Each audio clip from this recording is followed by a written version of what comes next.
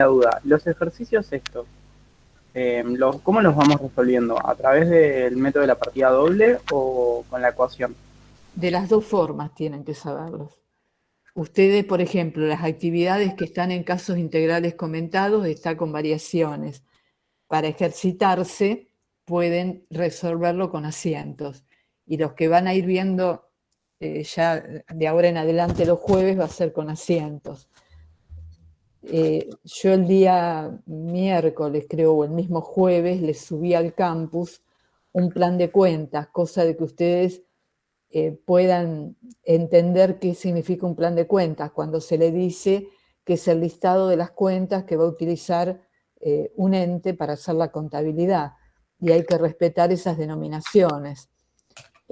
Nosotros en el curso, dentro de todo, consensuamos con los nombres de las cuentas, inclusive cuando ustedes trabajan con variaciones, o sea, con la igualdad, con la ecuación contable, pueden denominar a la partida con buen criterio, darle un nombre del cual sea entendible por cualquiera que leyera el nombre de la partida.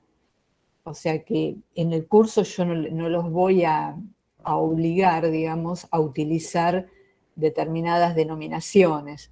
Si ustedes trabajan con la igualdad, le pueden dar el nombre a la partida como consideren más entendible para ustedes y piensen que siempre la contabilidad tiene destinatarios. Entonces, para un tercero que no sabe, ¿cómo debería entender el nombre de la partida?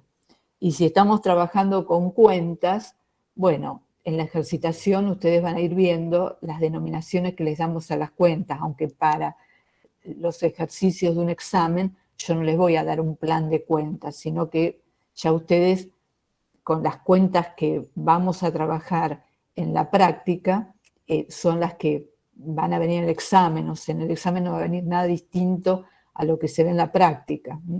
Pero en la vida real, en la contabilidad, existen planes de cuenta al estilo del que ustedes han visto subido el material práctico del campus. ¿Queda claro esto? Preguntas comunes que ustedes a veces tienen, más que nada los que han estudiado contabilidad en el secundario. Cuando hablamos de financiamiento a través de pagaré, ustedes dicen, ¿cómo lo denomino? Documentos a pagar, obligaciones a pagar, o sea, les vienen ese tipo de dudas. Cuando hablamos de financiación en pagaré, si estamos hablando de pagarés a favor del ente, que lo firmó el cliente, o sea, que el ente los tiene que cobrar, lo común, los usos y costumbres que existen en contabilidad es llamarlos documentos a cobrar, porque el pagaré es un documento a cobrar. Eso es cuando lo tenemos en créditos por ventas en el activo. Ahora, cuando tenemos la obligación de pagar un pagaré y que lo vamos a tener en el pasivo, lo común es denominar obligación a pagar, porque es un documento, pero desde un punto de vista jurídico es una obligación. Entonces, generalmente en contabilidad se utiliza la denominación de obligación a pagar. Ahora, si ustedes ponen documento a pagar, no está mal, siempre que lo coloquen en el pasivo. Si lo colocan en el activo, ahí sí que estamos mal, ¿no es cierto? Esa es una duda muy frecuente. Otra duda muy frecuente que ustedes tienen es con proveedores y acreedores. Cuando financia en cuenta corriente un proveedor. Cuando se compran bienes que hacen a la actividad principal del ente, sea mercaderías para la reventa, sea materias primas, sea insumos que se necesitan para producir, se denomina la cuenta proveedor. Ahora, cuando un proveedor financia artículos que no hacen a la actividad del ente, por ejemplo, lo que sería insumos de computación, hoy con el uso de la tecnología, papelería, bueno, todo ese tipo, digamos, de financiaciones que puede tener el ente, ahí sí se denomina acreedor. es como una disquisición así, que lo ha hecho los usos y costumbres. Otra cuestión ustedes tienen Los cuando... proveedores y acreedores van en el pasivo, ¿no? Sí, son obligaciones. Lo que pasa es que proveedores son obligaciones en cuenta corriente de artículos que, o sea, fueron compras por artículos que hacen a la actividad principal del ente. Mientras acreedores es, por ejemplo, si compras artículos de papelería, insumos de computación, por ejemplo, un rodado como bien de uso, escritorios, mobiliario para la oficina, ahí sería acreedor, porque no es el objetivo del ente estar comprando escritorios, porque no se dedica a vender escritorios, sino que los compra para sus oficinas. Entonces se denomina acreedor. Otra, a veces, así dudas que ustedes tienen, es cuando se aplica el criterio de lo devengado. Entonces dicen, uy, ¿cómo llamo? Intereses pagados, intereses cobrados, eso nunca, porque si ustedes denominarían al gasto de que se trate cobrado o pagado, la impresión es que están trabajando con el criterio de lo percibido, y ustedes ya a esta altura saben que se trabaja con el criterio de vengado. Entonces, cualquier tipo de gasto se le da el nombre por la naturaleza del gasto, por ejemplo, gastos de papelería, servicios públicos. O sea, ello sería una cuenta de resultado negativo. Ahora, si por ejemplo contabilicé la factura de la luz, pero todavía no vence, supongamos, ahora está terminando septiembre, vence los primeros días de octubre, entonces tengo que registrar la factura que recibí como un pasivo. ¿Por qué? Porque es por el consumo del mes que se está cerrando. Y si estoy aplicando el criterio de vengado, ustedes saben que una de las pautas es el transcurso del tiempo. O sea, si recibo la factura de luz, es por el mes que está finalizando. Entonces, el gasto de luz lo debo contabilizar en septiembre. ¿Y contra qué? Contra la obligación que tengo en pagar ese consumo. Entonces, generalmente la cuenta de pasivos se denomina servicio eléctrico a pagar. O sea que cuando ustedes encuentran la denominación del gasto según su naturaleza, como puede ser servicio eléctrico a secas, eso significa que es un gasto, resultado negativo. Ahora, si fuese energía eléctrica a pagar, ya ahí estamos hablando de un pasivo. Ojo con esto porque a veces es fácil que se confundan. Cuando tenemos conceptos que pueden ser positivos o negativos, como intereses, bueno, ustedes se van a encontrar a veces en la ejercitación que hay una confusión, o sea, se los funde, se los consolida en una sola cuenta, intereses devengados. Y ahí se van a contabilizar tanto los positivos como los negativos. Mi criterio para que... Un segundo. Mi criterio para que ustedes no se confundan es utilizar una cuenta de intereses negativos y otra cuenta de intereses positivos. Si lo quieren denominar devengados, denomínenlo devengado. Pero, o sea, que eso no hace a la cuestión. Cuando uno lee en un informe contable intereses, significa que es un gasto financiero. Ahora, que ahí está mezclado lo positivo con lo negativo. Ahora, si me encuentro con una cuenta que es intereses positivos, bueno, será una cuenta de resultado positivo. Si me encuentro con intereses negativos, una cuenta de resultado negativo. Si ustedes quieren agregarle, para no confundirse, la palabra devengado, no está mal. Ahora, cuidado con las cuentas regularizadoras. Si ustedes registraron, por ejemplo, un pasivo que es por una financiación, y ese pasivo ustedes saben que hay que incorporarle los intereses, y ello implica utilizar a su vez cuentas regularizadoras, la regularizadora ustedes la pueden llamar intereses a devengar, y es justamente cuando en esa regularizadora se juntan, se consolidan intereses positivos y negativos. Si ustedes quieren utilizar por separado intereses negativos a devengar o intereses positivos a devengar, no está mal. Con el tema de alquileres también.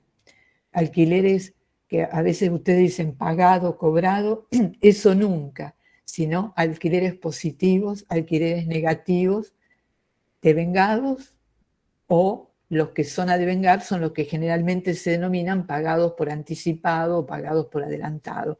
O sea que esto lo tienen que dominar, porque si no lo tienen bien en claro, van a clasificar mal a la partida o a la cuenta.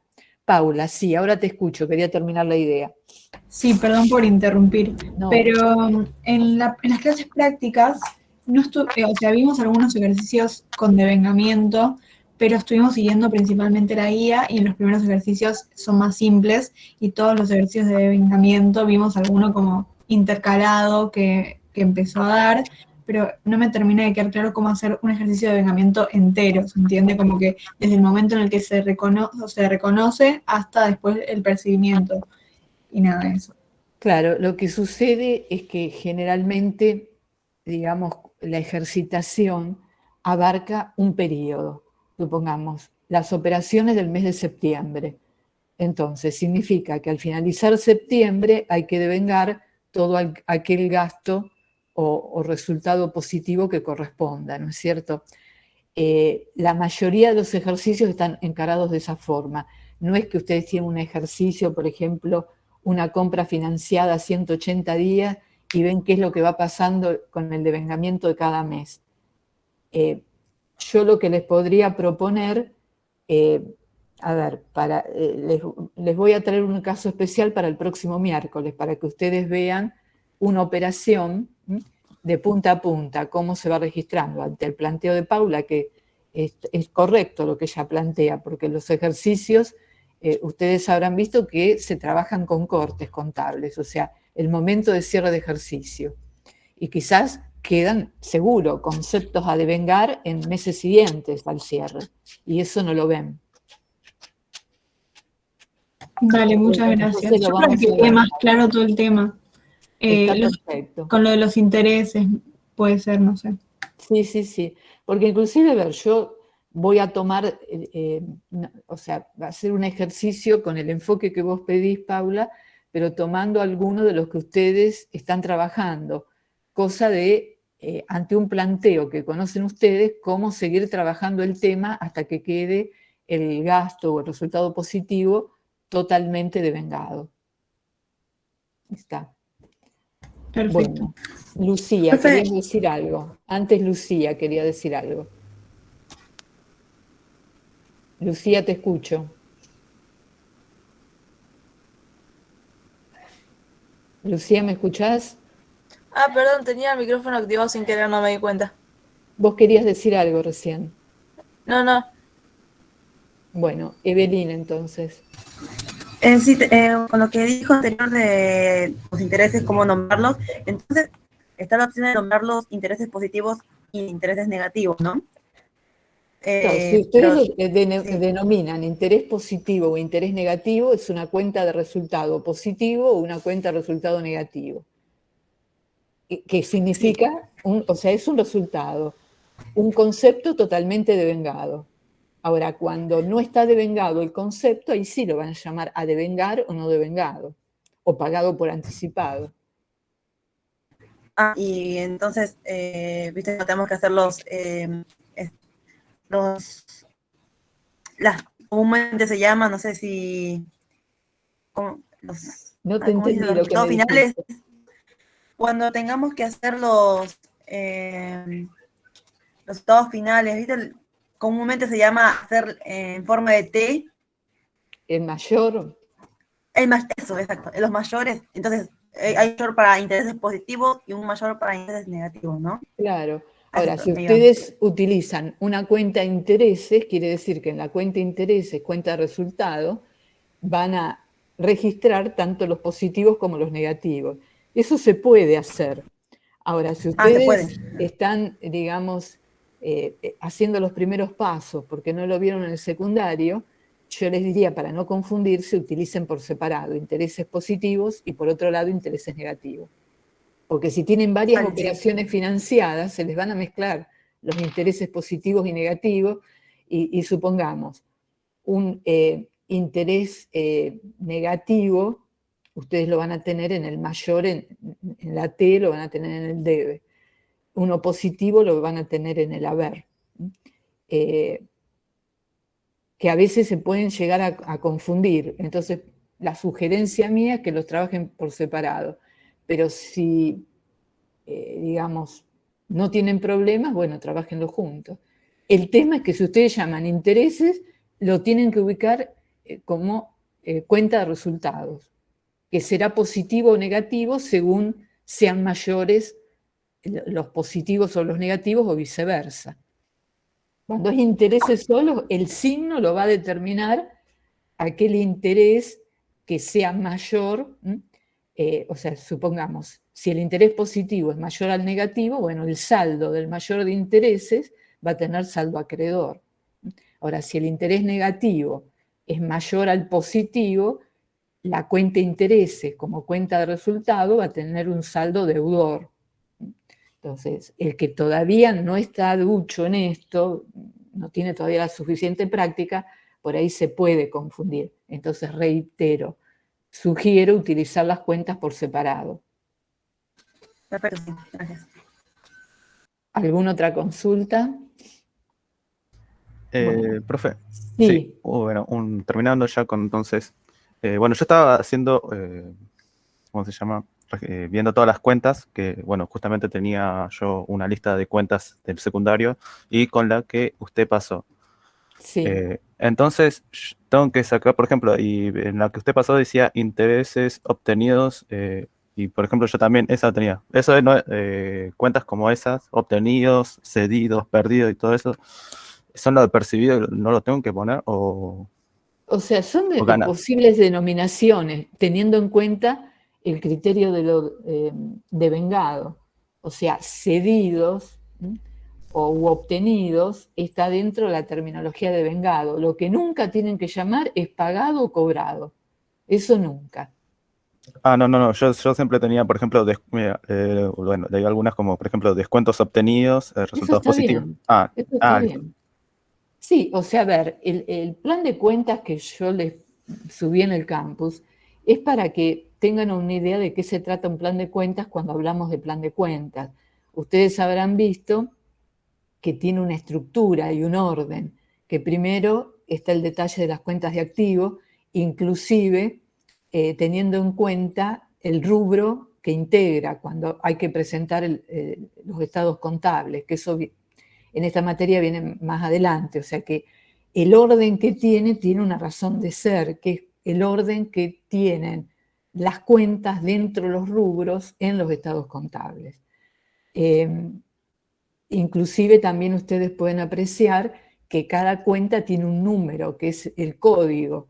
En el ejemplo que les subí, el código es numérico. A veces nos encontramos con planes de cuentas que los códigos son alfabéticos y hay otros que son mixtos, alfanuméricos. Siempre cuando se arma un plan de cuentas, siempre las cuentas van a tener un código. Así es como se trabaja, porque hoy en día al trabajar con programas de contabilidad informatizados, los registros contables, lo que ustedes, por ejemplo, hacen con los asientos de mayor en la realidad, no se utiliza el lenguaje castellano, directamente el código numérico y al lado el importe. O sea que cuando uno ve un libro de contabilidad es todos números, porque está el número de la cuenta o las letras, pero del código, no el nombre de la cuenta, con el importe, el valor monetario que corresponda. O sea que si uno se encuentra con un libro diario donde los asientos, las cuentas están codificadas y tienen los valores numéricos, es indispensable contar con el plan de cuentas. Por eso es importante que ustedes conozcan un ejemplo de plan de cuentas. O sea, el ejemplo que ustedes tienen es de un caso real adaptado académicamente, inclusive para los talleres de práctica profesional. Ese que les subí es el que le damos a los alumnos en el taller de práctica profesional en organizaciones, que es un caso real, pero como vieron las películas, las series, cambiados los nombres de los titulares, para llevarlos a la realidad. Pero puede ser un plan de cuentas con menos cuentas, con más cuentas. Siempre cuando se arma un plan de cuentas hay que tener en consideración la actividad que tiene el ente y la magnitud de las operaciones. Porque si tiene muchas operaciones, supongamos un supermercado que tiene cientos de operaciones por día, bueno, ¿qué dinámica tiene el plan de cuentas para no estar repitiendo constantemente? Entonces, no se hace un asiento contable por cada venta, se hacen asientos globales por día. Bueno, todo eso está dentro de lo que es política contable dentro de la organización, basándonos en el plan de cuentas aprobado. Cuando una organización aprueba un plan de cuentas, hay que respetarlo. O sea, hay que respetar los nombres de las cuentas que están en ese plan de cuentas. Reitero, yo les podría suministrar otro plan de cuentas que por ahí hay variación con las denominaciones, y no quiere decir que uno esté bien y el otro esté mal. Sino que hay que tener criterio cuando se le da el nombre de las cuentas, teniendo en consideración la actividad y el volumen de las operaciones.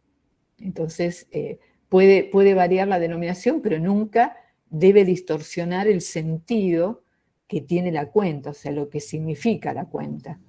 Y reitero, no es solo para el que hace la contabilidad, sino el que hace la contabilidad tiene que pensar en el que va a leer los informes contables, que los tiene que entender. ¿Estamos? Sí, profe. Bueno, ¿hay alguna otra pregunta? Sí, profe. Sí, te escucho. Sí, Daniela. era una duda más que nada. Sí. Ahora, supongamos que nuestra empresa es una concesionaria. De autos. Cuando dice que compramos autos, ahí habría que, ahí la cuenta que se usaría sería mercaderías o rodados. Bueno, se utilizaría mercaderías para la reventa, pero habría quizás subcuentas por modelos de autos. Si es mucho el stock de autos que tiene la concesionaria, se tendrían discriminados dentro de la cuenta mercaderías de reventa o mercaderías a seca, los distintos modelos de autos, subcuentas por cada modelo de auto. Ok, gracias.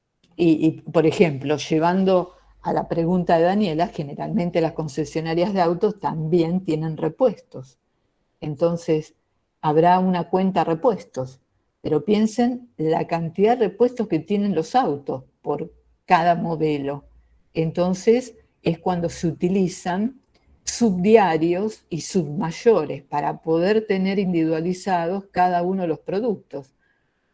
Y que sería un poco el estar llevando inventarios permanentes, porque la contabilidad me va a arrojar un número, pero si hubo un error en la contabilidad, ese saldo no se va a condecir con la realidad, porque yo, si en la contabilidad me dice que tengo 10 automotores del modelo A, yo tengo que ir, digamos, al depósito y ver que tengo esos 10 automotores modelo A.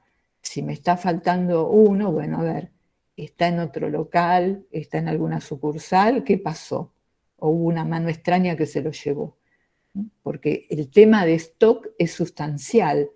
Les puedo asegurar que siempre cuando se cierra un ejercicio y hay que hacer un inventario físico real quiere decir que hay que ir a los depósitos y contar, a ver cuántas unidades hay de cada producto, de cada modelo, y generalmente hay faltantes. Entonces, el faltante está originado por una desprolijidad en llevar la contabilidad, o es que existen, digamos, robos hormigas dentro de la organización, que esto pasa. Piensen que de acuerdo a las estadísticas, y no de Argentina, a nivel mundial, el 5% de los ingresos por ventas que tienen las empresas se fugan misteriosamente. Por eso es tan importante el control interno dentro de la organización y que existan controles cruzados para que no pasen estas cosas. Bueno, ¿alguna otra pregunta? Bueno, entonces vamos a continuar con el ejercicio que habíamos comenzado el miércoles pasado, que deberíamos partir de la operación del 18 de septiembre, que era una venta. Acá nos dice que se venden 12 lavarropas de los adquiridos el 10 del 9 a 500 pesos cada uno, precio de lista a 30 días. Ya presten atención, o sea que los 500 pesos es precio de lista a 30 días, significa que contiene interés implícito. Y me aclara, por pago al contado se le ofrece al cliente un descuento del 10% que decide aceptar, dadas las favorables condiciones ofrecidas, y cancela la operación en efectivo. O sea que en definitiva, esta venta es al contado. Entonces el precio de venta no es de 500 pesos, sino de 500 pesos menos el 10%. Esto les tiene que ir quedando claro.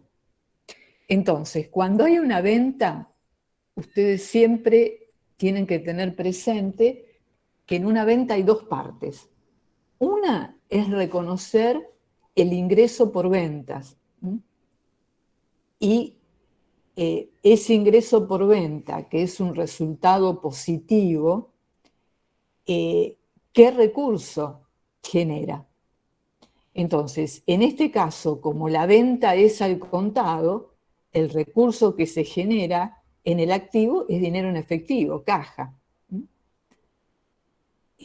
Y una vez que registramos el ingreso por venta, debemos registrar cuál ha sido el costo de esa venta, porque ustedes piensen que el ingreso por venta es una cuenta de resultado positivo, pero que no es un resultado puro. ¿Por qué? Porque hay que disminuirlo en el costo que tuvo esa mercadería que se está vendiendo. Entonces, trabajando con la igualdad, seguimos trabajando con la igualdad, al registrar el ingreso por ventas, van a registrar en el patrimonio neto ingreso por venta porque es una cuenta de resultado positivo. Y en el activo van a registrar el dinero en efectivo o caja por los mismos valores, que estaría determinado por los 12 lavarropas a 500 pesos menos el 10% del interés implícito.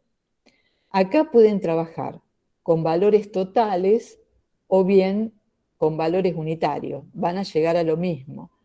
O sea, 500 pesos, si hacemos en valores unitarios, 500 pesos menos el 10%, significa que el valor de el precio de venta de cada lavarropa va a ser de 450 pesos. 450 pesos por 12 lavarropas da 5.400.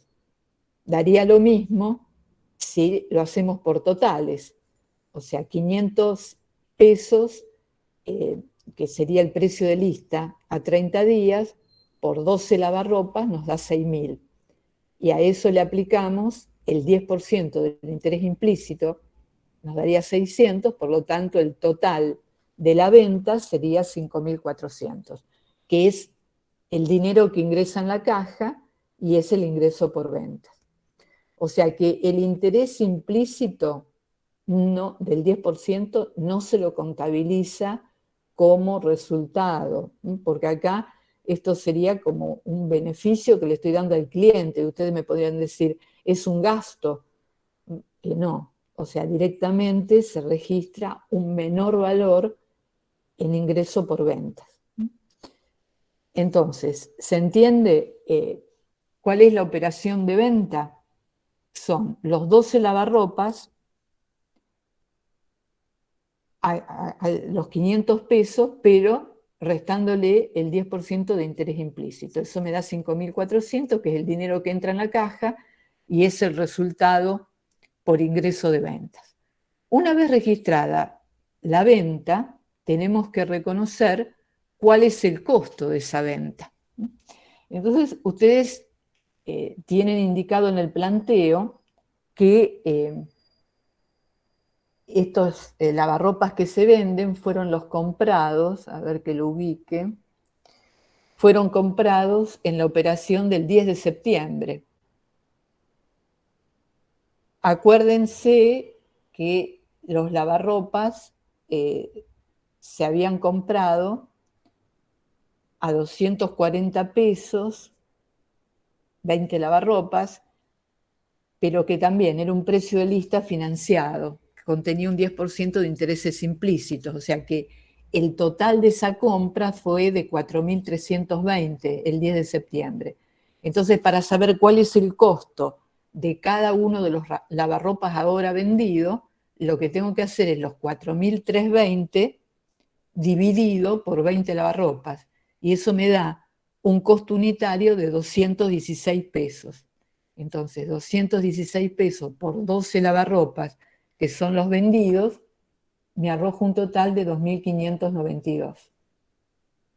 O puedo sacarle también 240, sacarle el 10% de lo que costó la lavarropa. Sí, pueden trabajarlo con ok. precio unitario o total. O sea, acá lo que ustedes tienen que tener en cuenta es que el costo fue el precio de lista contado cuando se compró. Entonces, ese precio de lista comprado lo pueden trabajar por valores totales o por unitarios. O sea haciéndolo por valores unitarios, les quedaría 216 por cada lavarropa, que ese sería el costo. Como ahora vendieron 12 lavarropas, va a ser 12 por 216, 2.592. 2.592 es el costo de los lavarropas que se vendieron. Entonces hay que disminuirlos de la cuenta de activo, que sería mercaderías. Acá en el ejercicio la denominan artículos para la venta lavarropas. Sería sinónimo de mercadería. Lo que pasa es que está identificando al producto. ¿Por qué? Porque en este ejercicio vende más de un producto. Entonces se está identificando artículos para la venta, lavarropas, y había el otro producto era televisores, ¿recuerdan? Que se habían comprado también. Entonces es para tenerlos desagregados. Entonces, lo fundamental es que ustedes determinen bien el costo de la mercadería que vendieron y si entienden bien por qué los 216 por unidad. Entonces, de la cuenta... Perdón, ¿no estaría faltando hacer el costo de mercadería vendida dentro del patrimonio neto? Sí, es lo que me faltaba decir. Listo. O sea que en la igualdad ustedes van a disminuir en el activo de la cuenta artículos para la venta, lavarropas, que sería como la cuenta mercaderías, 2.592. Y reconocer el costo de ventas en el patrimonio neto por 2.592. Y acá tendríamos una variación patrimonial permutativa y otra modificativa.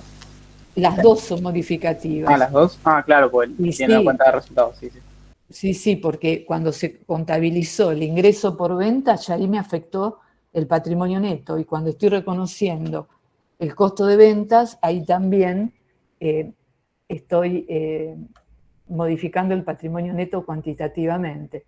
¿Por qué se registra así, separado el ingreso de venta con el costo de venta? Porque necesitamos la operación de ventas desagregada de esa forma para cuando tenemos que armar el estado de resultados. Tenemos que tener por separado lo que fue ingreso por ventas de lo que es el costo de esas ventas para hacer análisis de rentabilidad. Por eso es que se separa. ¿Te hago una pregunta? Sí. ¿Por qué en la solución de la guía como que no aparece esto del costo de venta? Solo registran la venta, ¿puede ser? No, abajo tenés, en la página 142 tenés separado en cada parte Es la página 142. Ah, lo hicieron como por separado. Ahí va. Claro, ¿Se primero podría hacer todo junto? O- se puede hacer todo en un asiento. Acá es para que sepan analizar cada parte. Ah, listo, perfecto. O sea que ustedes acá primero tienen la ecuación, después de tener la ecuación donde tienen el costo de ventas en el, o sea, la disminución de la mercadería en el activo y el costo de ventas en el patrimonio neto, después tienen el detalle de qué es lo que contabilizaron en la cuenta resultados no asignados, que esa cuenta es la que consolida todos los resultados positivos y negativos en el patrimonio neto. Por eso debajo tienen un cuadrito donde le ubican que es resultado negativo el costo por la venta de lavarropa de 2.592. Y debajo está el cálculo auxiliar, cómo se determinaron los 2.592. Y seguidamente es como que se juntan las dos operaciones, la de ingresos por venta y el costo, porque ustedes van a ver que en el cuadro que tienen en la página 142 tienen la ecuación donde en el activo tienen 5.400, que fue el ingreso por ventas, menos el costo de ventas, que es 2.592. O sea que, bueno, esto lo que pasa es que va arrastrando los saldos de las partidas que están dentro del activo. Ustedes ven que se va transportando de operación en operación los saldos.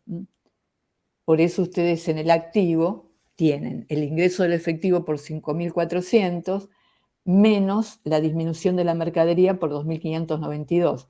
Y como tienen un saldo inicial de 90.945, que son las distintas cuentas que están en el activo, o sea, acá en estos modelos de solución le agrupan todas las cuentas del activo en un único total, que es 90.945.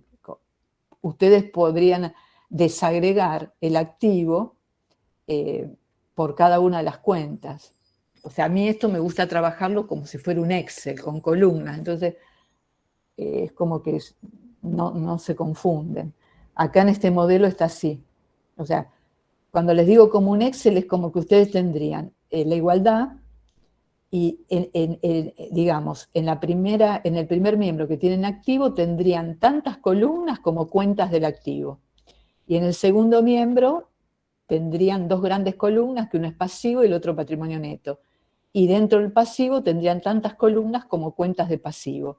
Y dentro del patrimonio neto tendrían tantas columnas como cuentas del patrimonio neto, que serían capital y todas las de resultados y reservas. Eli, Sí. la duda que le surgió a Rafaela me parece que viene de la mano de algo que estuvimos viendo con Fer, tipo en las clases, todas las clases prácticas, lo que hacemos para resolver estos ejercicios con la ecuación contable dinámica es en vez de poner patrimonio neto, ponemos capital más resultado positivo menos negativo, todo Claro. junto en un mismo cuadro sería. Sí, o sea, yo participo más de cómo lo hace Fernando que no como está acá en esta solución. Porque acá ustedes fíjense que en el patrimonio neto se lo agrupan todo en resultados no asignados y para saber qué es lo que contienen los resultados no asignados hay que ir justamente a analizar cuáles son las cuentas de resultado negativo y cuáles son las cuentas de resultado positivo. Como en este ejercicio las únicas registraciones que determinaron variaciones patrimoniales modificativas fue la venta, por eso ustedes ven que los 5.400 menos los 2.592 son los 2.808 que tienen resultados no asignados. Yo estoy en una postura más exagerada todavía a la de Fernando, o sea que para no confundirse, como les digo, lo mejor es trabajar con una planilla Excel, donde ustedes tienen en, digamos, la primer fila la igualdad contable, pero después, dentro de cada miembro de la igualdad contable, tienen columnas por cada cuenta. Entonces así no se confunden nunca. No sé si me entienden, así en el aire. Porque Pero el parcial igual va a ser a mano, o sea, eso lo tendríamos que hacer a Sí. mano. Sí, el Pero decís examen de es anotar todo. todas las cuentas que venimos acumulando desde el inicio. Claro, lo que yo podría hacer es subirles al campus yo la llamo planilla de variaciones patrimoniales, donde la primer fila es la igualdad, digamos, contable, la ecuación contable básica, y las filas siguientes es la registración de cada operación. Y las columnas es, digamos, es el nombre de cada una de las cuentas. Así nunca se confunden. Por ahí sí, si es un ¿Tendrás ejercicio. algún archivo de eso para Sí, lo mostrarnos? tengo. Sí, se los voy a subir en la parte de material práctico. Porque cuando daba yo las clases presenciales, yo trabajaba con esa planilla. Ahora es como que estamos atando más a los materiales que ustedes tienen para visualizar, pero no hay problema. Para mí es mucho más práctico, chicos, o sea, trabajar con un Excel donde cada columna es una cuenta. Entonces, cuando ustedes registraron todas las operaciones, llegan al total final, que sería el saldo de cada cuenta. Son metodologías. A ver, lo del libro no está mal, considero que es muy sintético para entenderlo de la nada. Fernando toma una postura intermedia y yo me voy más básica, abriendo todo en cuentas. Pero después está la metodología de trabajar con asientos. O sea que si vamos al caso, si ustedes trabajan con la planilla Excel, donde cada columna es una cuenta, el total de cada columna sería el saldo de la cuenta. Porque cuando ustedes tienen disminuciones de un saldo, lo colocan en rojo o lo colocan entre paréntesis. Entonces, cuando llegan al total de cada columna, sería el saldo que ustedes obtendrían en el mayor, si estuviesen trabajando con asientos contables y con asientos de diario y asiento mayor. Y con eso nos evitaríamos hacer también los mayores, ¿no? Y sí. Claro, lo que hacemos con Fernando es por ahí hacer el originario en un principio, planteando todas las cuentas, y después cuando tenemos que aplicarlo a alguna operación, no ponemos todo el nombre, Claro. no renombramos las cuentas todas de vuelta. Sí. También para visualizarlo mejor, me parece, porque lo hace en un PowerPoint, entonces si lo pone todo de vuelta es como un choclo, me parece. Claro, es por una cuestión práctica, es nada más por eso. Pero ustedes para ejercitarse, para mí, la metodología así más sana y más entendible para aquel que tiene dudas es trabajando con el Excel. Y saben que cada renglón es una operación y que esa operación debe responder a la igualdad. Si ustedes, digamos, en la fila no les da la igualdad, bueno, ya ahí tienen un error. Cuando a veces ustedes dicen, no me da, tengo una diferencia. Piensen que las matemáticas es una herramienta. Lo importante es que hayan trabajado bien las cuentas. Entonces, es una forma de autocontrolarse. Ustedes hacen una registración, o sea, tienen una operación, la registran en la fila y ahí controlan si responde a la igualdad de los miembros o no.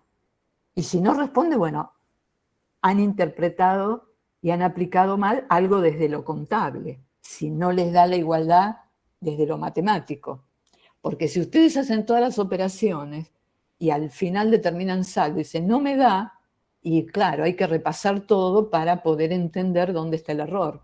Pero si ustedes van registrando fila por fila cada operación y van controlando que responda a la igualdad, no van a tener diferencias. Eli, y una pregunta, Sí. poniéndolo en algo práctico, esta idea de nombrar todas las cuentas en cada una de las operaciones. Por ejemplo, cuando hay una venta y una parte de esto requiere aumentar el activo el efectivo, ¿no? El efectivo o crédito por venta, si le financiaste a un cliente. Claro, bueno, pero en este caso, en el ejercicio que estamos haciendo ahora, aumentaban 5.400. Vos tendrías que anotar primero efectivo en activo, lo que tiene en efectivo la cuenta, y después poner efectivo más de vuelta y aumentar en 5.400, o directamente pondrías el saldo. No, si tengo que, o sea, acá, digamos, ustedes tienen movimientos previos de la cuenta caja de efectivo. Y que cuando ustedes fueron registrando esos movimientos del efectivo, deberían haber controlado cada operación si respondía a la igualdad. Ahora, plantados en el momento de la venta, vamos a tener en el activo dinero en efectivo, 100 pesos, supongamos. Y el ingreso por ventas en el patrimonio neto, 100 pesos. Bueno, responde a la igualdad. Tengo 100 pesos que ingresaron en el activo, que es un número positivo, y 100 pesos en ingresos por ventas en el patrimonio neto positivo. O sea, Sí, ahí pero respondo a la- anteriormente había un saldo en eso, a eso voy. Para marcar ese saldo más lo que ingresa. Vos dijiste que teníamos que poner todas las cuentas para así ser Claro, o sea, implementados. Hay que poner el saldo. en este ejercicio que empezamos de cero, de constitución de la sociedad, a ver que me ubique en este ejercicio.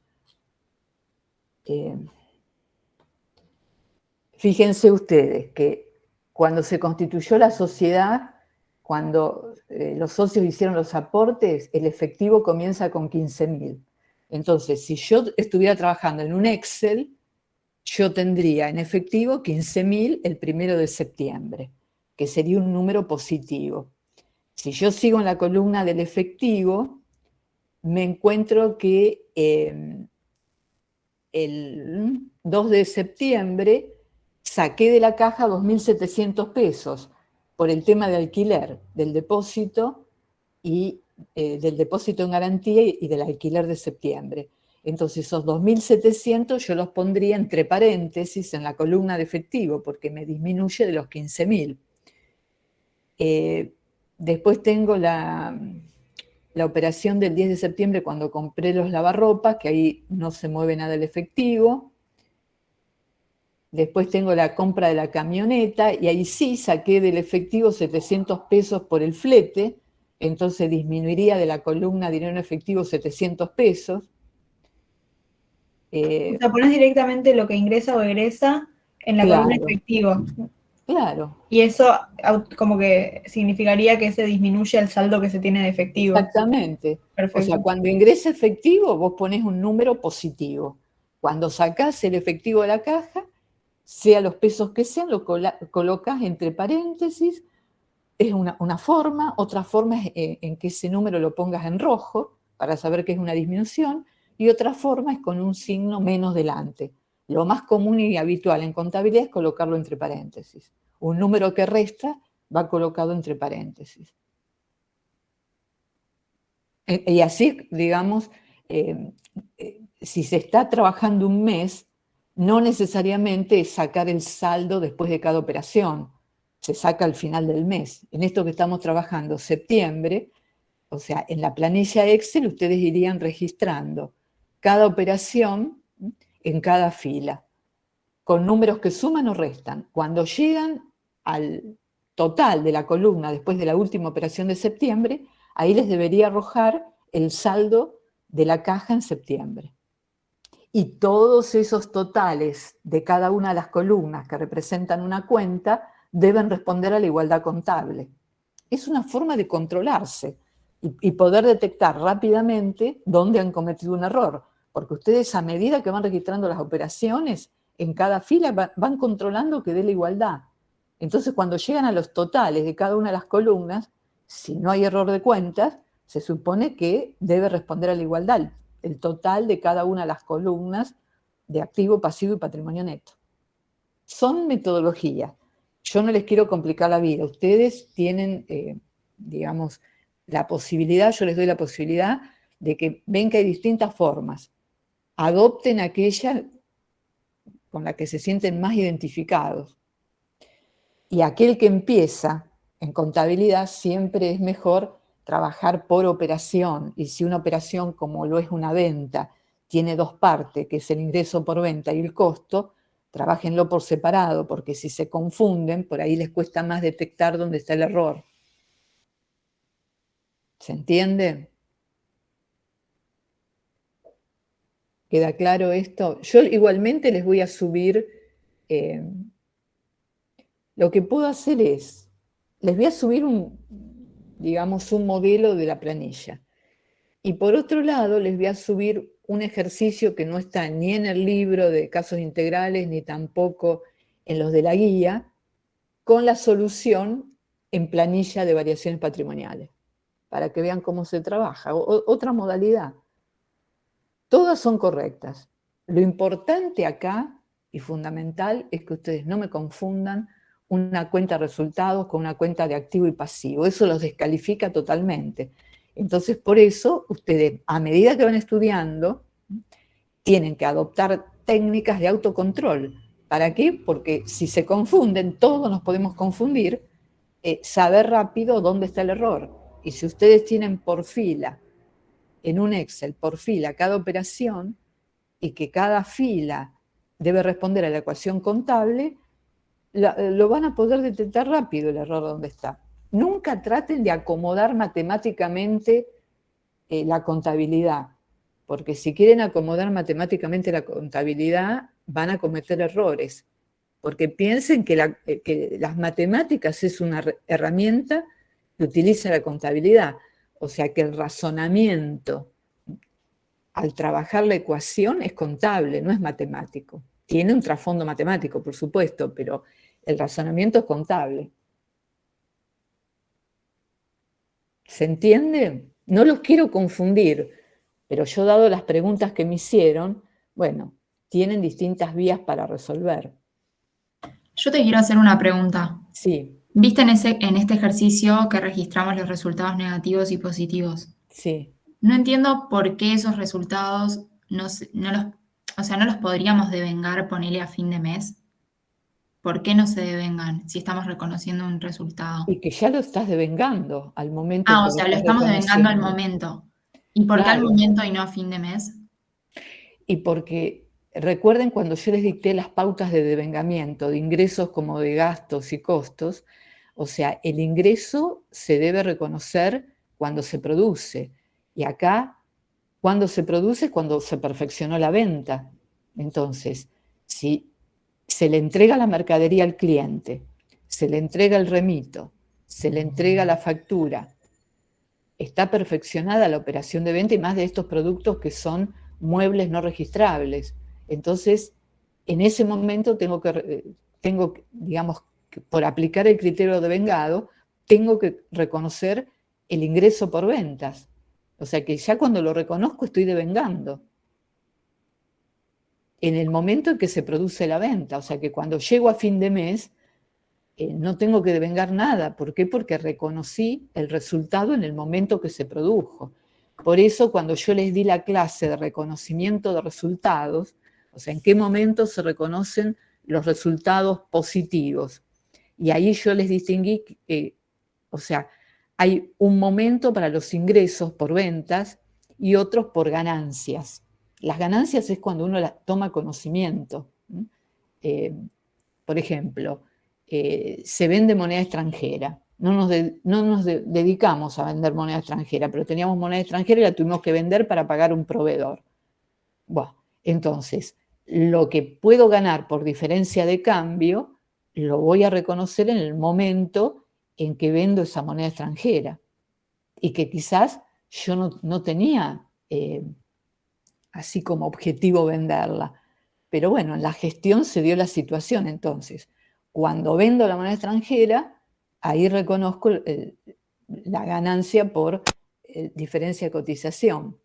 En cambio, cuando estoy hablando de ingresos por ventas, yo tengo que reconocer el ingreso por ventas en el momento que se produce la venta, independientemente de que no le esté cobrando en ese momento. Esto es pauta del criterio de vengado. Y con respecto a los resultados negativos, recuerden que nosotros distinguíamos lo que es costo, lo que es gasto y lo que es pérdida. Entonces, el costo habíamos dicho que se debe reconocer en el momento en que se ha reconocido el ingreso. Y es lo que nosotros hicimos acá. Yo no estoy esperando al fin del mes.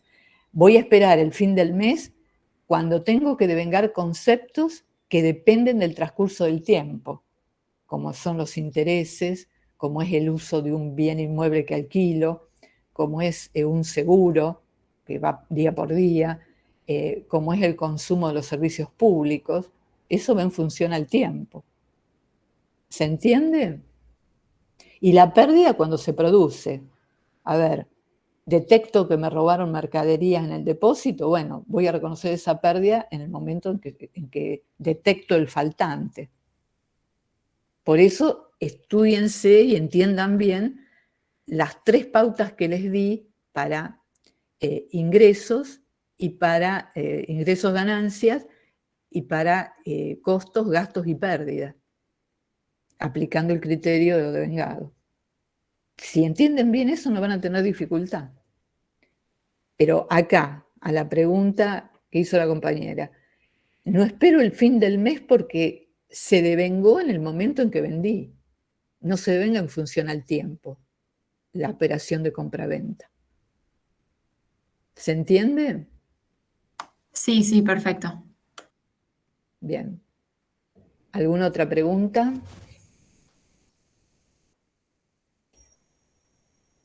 Igualmente, ustedes tienen acá la solución y tienen explicación, por ahí parecida o de otra forma a lo que yo les estoy diciendo, pero que llegamos a lo mismo.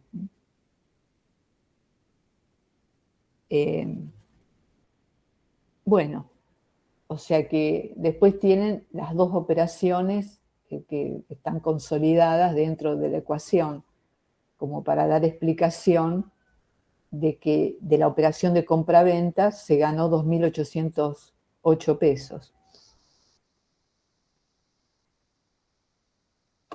Y una pregunta. Entonces, ¿te puedo preguntar? Sí, te estoy escuchando. Bien. Viste que ellos ponen resultados no asignados acá en el Sí. libro. ¿Se podría poner entonces resultado negativo tanto, resultado positivo tanto? Sí, como hace Fernando. Claro, listo, perfecto. Sí. Son formas, les digo. O sea, si a ustedes los confunde. A mí, sinceramente, no me gusta así que esté resultados no asignados y después esté la apertura, porque, o sea, va de lo general a lo particular esta solución. Yo participo más de la de Fernando o más aún la del Excel, que ahí no se van a confundir nunca.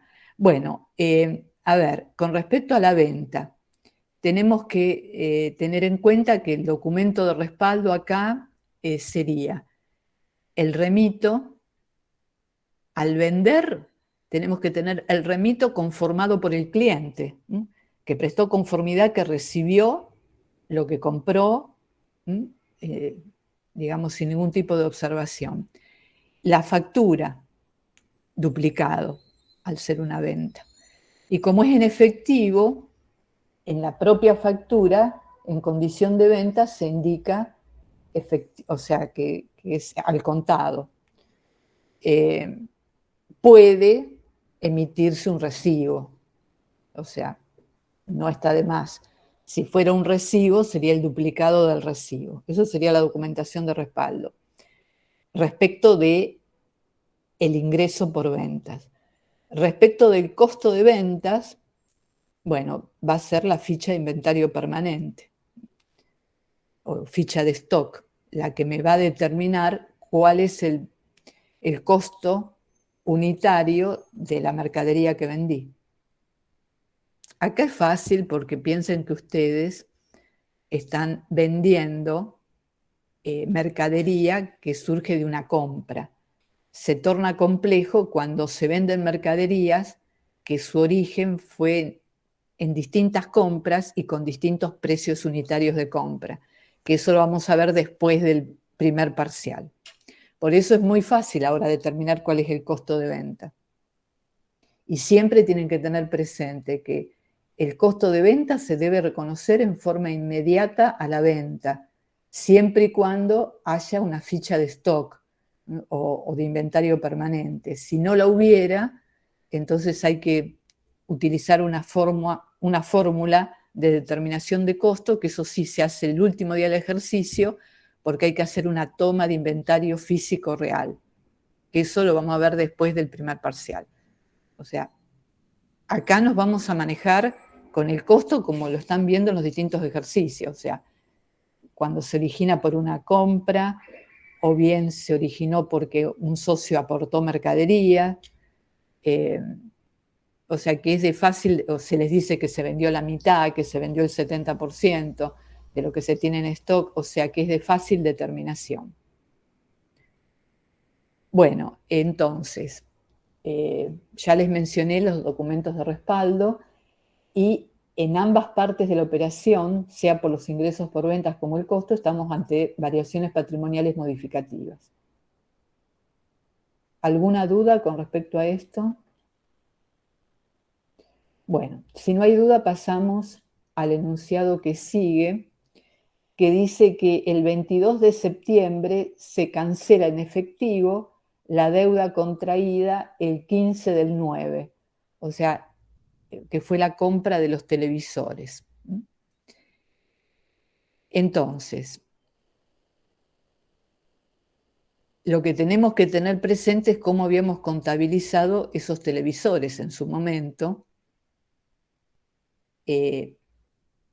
O sea, lo que se cancela es la deuda de los 16.625 pesos. Nosotros teníamos contabilizada la deuda por ese importe, 16.625, que es lo que se estaría cancelando ahora en efectivo. Entonces, en el pasivo va a disminuir la deuda por 16.625, por eso ustedes ven que ese número está con el signo menos delante en la solución, porque se está cancelando la deuda. También podría ser entre paréntesis o en rojo. Y también disminuye el activo en 16.625, que es el importe que se le paga al proveedor con efectivo.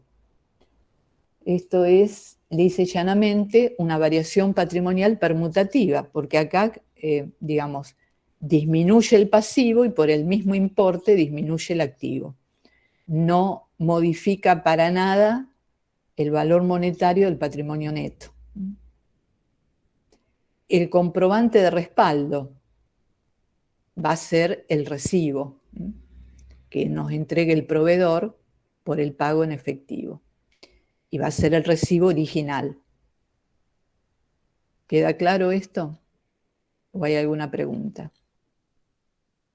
Bueno, si no hay preguntas, entonces vamos a la operación que sigue, que nos dice que el 28 de septiembre se le realiza a la camioneta un cambio de aceite y filtros por 300 pesos que se abona en efectivo.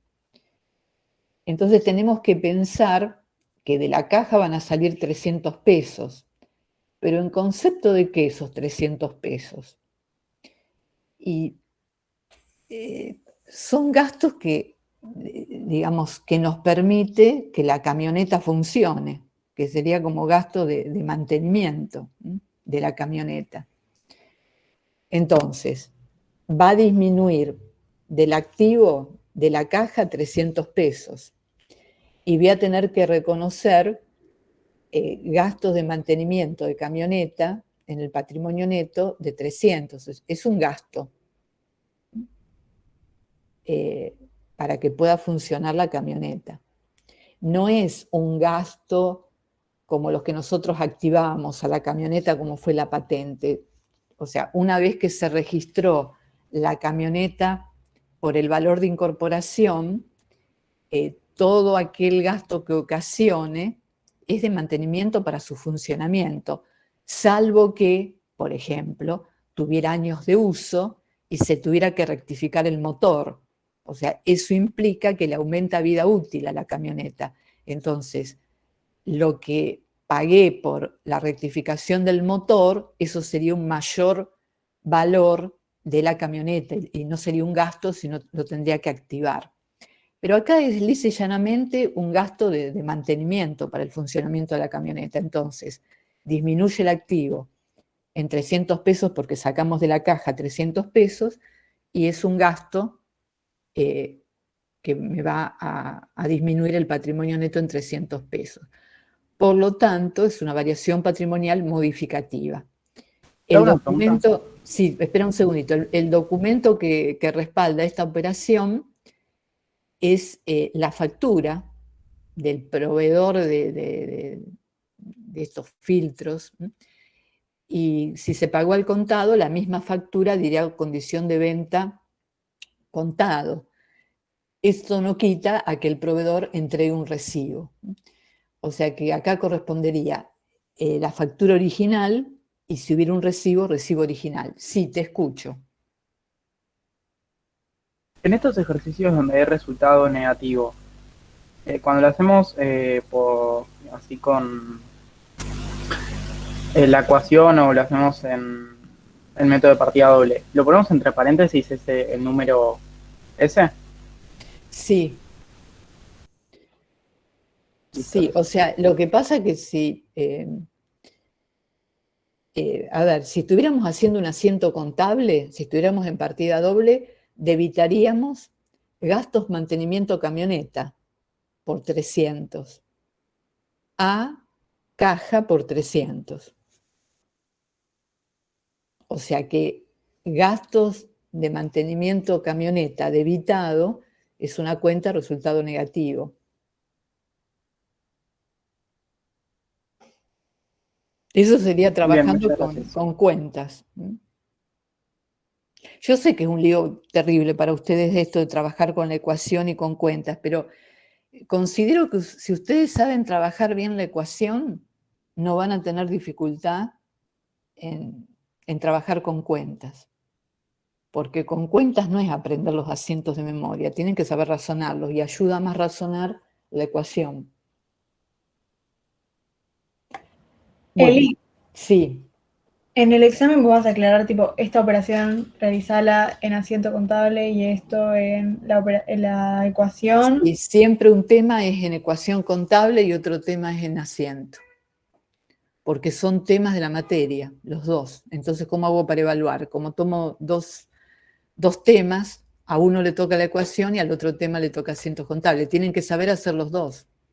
El de la ecuación lo pueden hacer como está en el libro, como se los enseña Fernando, o con la planilla de Excel que les digo yo. Está bien.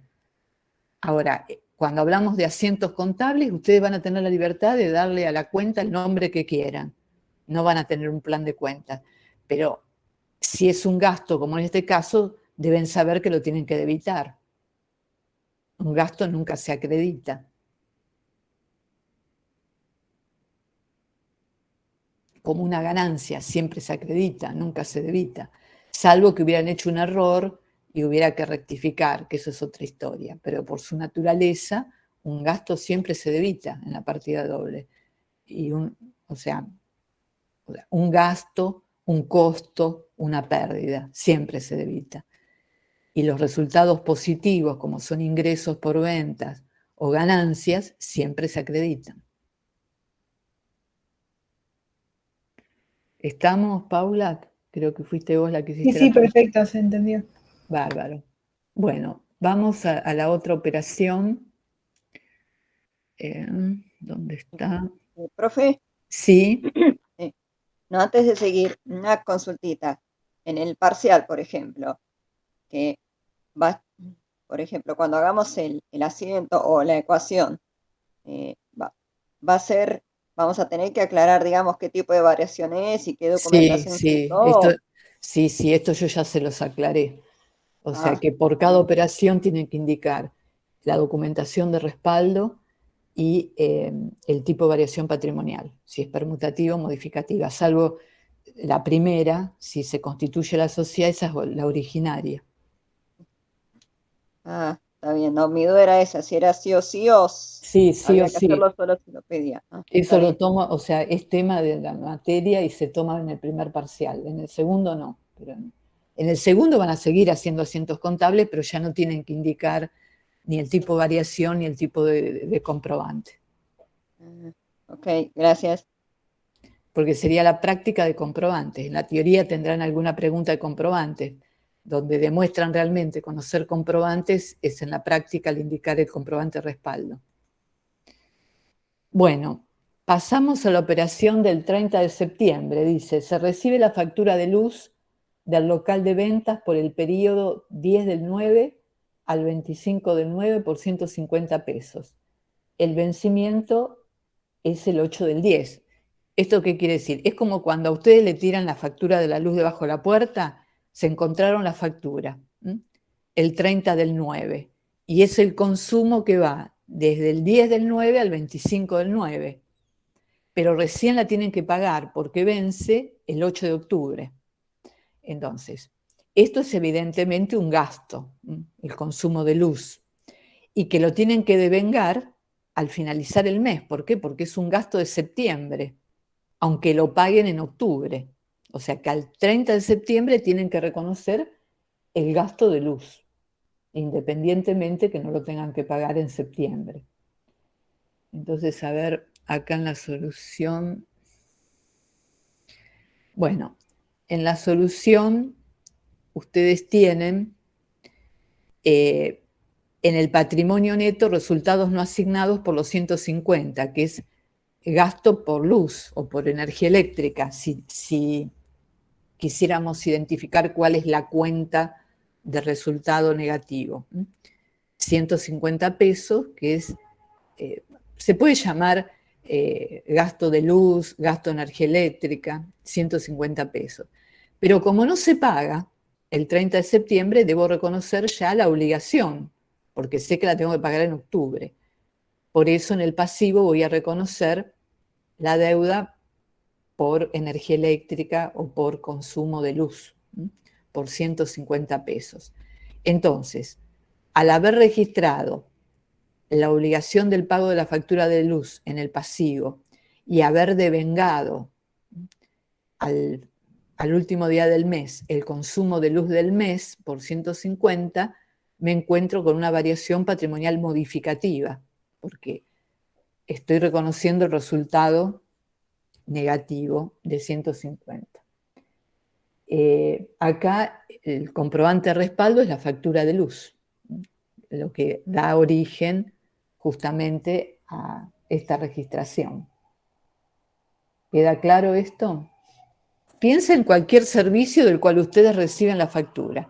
Es luz, puede ser teléfono, gas, telefonía celular, siempre que se refiera al consumo dentro del mes. Acá ustedes lo tienen fácil porque les dice entre qué día y qué día de septiembre. En una factura real no es así, porque muchas veces lo que se factura es parte de un mes y parte de otro mes. Entonces hay que devengar una parte y otra parte no. Y además toda factura siempre tiene un costo fijo. Se consuma o no se consuma, las empresas perciben una suma fija, un cargo fijo. Bueno, entonces ese cargo fijo siempre se debe reconocer como devengado al periodo al cual corresponde. O sea que generalmente en una factura real tenemos tres partes: el cargo, que corresponde al mes de la factura, y después el consumo. Una parte sí hay que devengarla al fin de mes, pero otra parte es a devengar. Profe, una consulta. Sí. En la parte del pasivo en el que se registra en este caso deuda por consumo eléctrico, por Sí. falta de pago de luz, ¿podríamos considerarlo como llamar la cuenta acreedores en vez de deuda por factura de luz? ¿Estaría mal? No está mal. Lo que pasa es que cuando pagues la factura de luz, si todo se pone en una única cuenta, puede prestarse a confusión. ¿Qué es lo que se paga y qué es lo que va quedando impago? Siempre está bueno desagregar.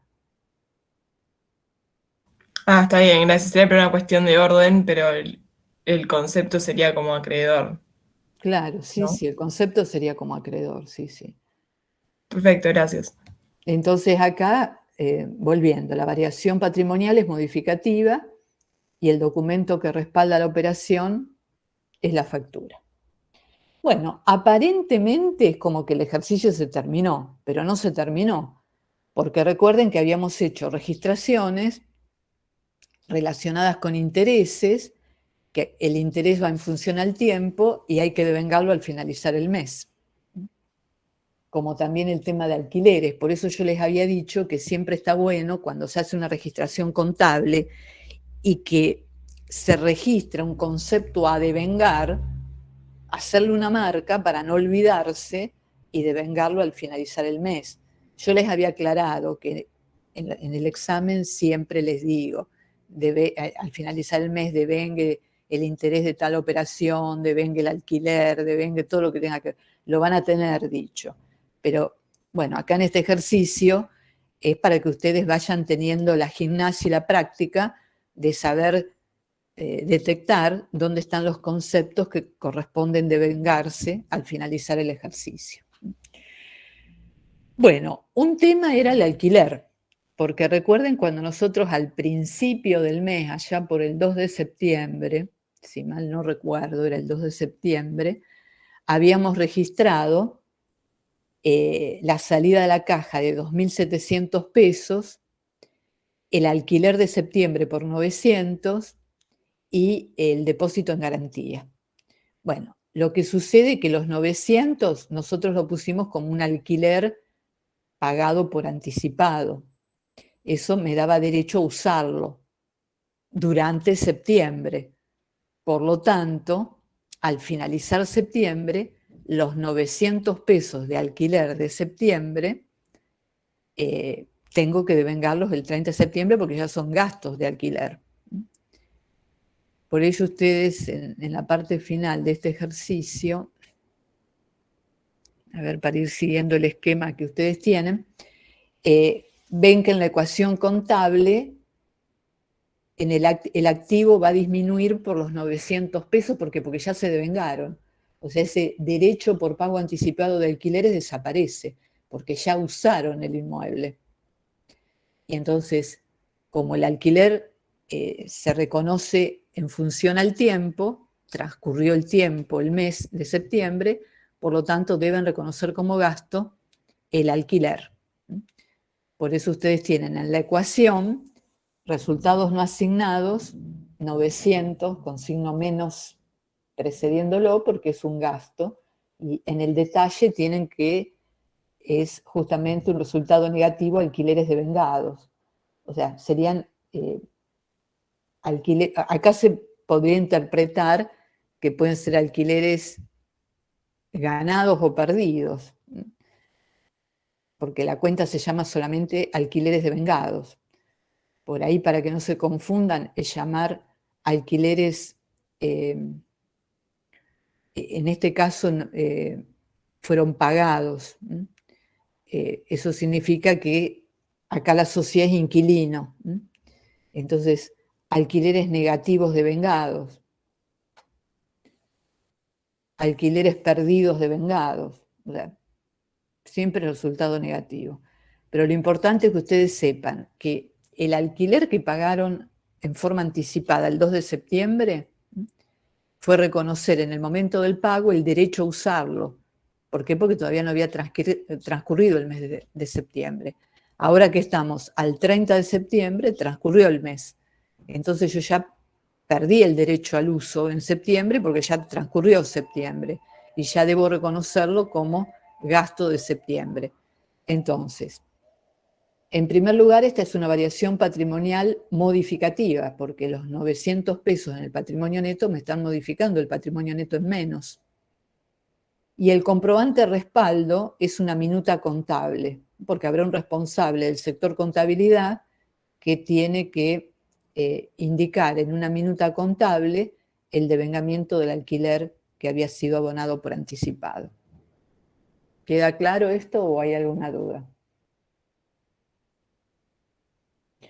Bueno, otro concepto que tenemos que devengar es el sueldo del empleado. ¿Se acuerdan que habíamos tenido también en las primeras operaciones indicado que se había contratado?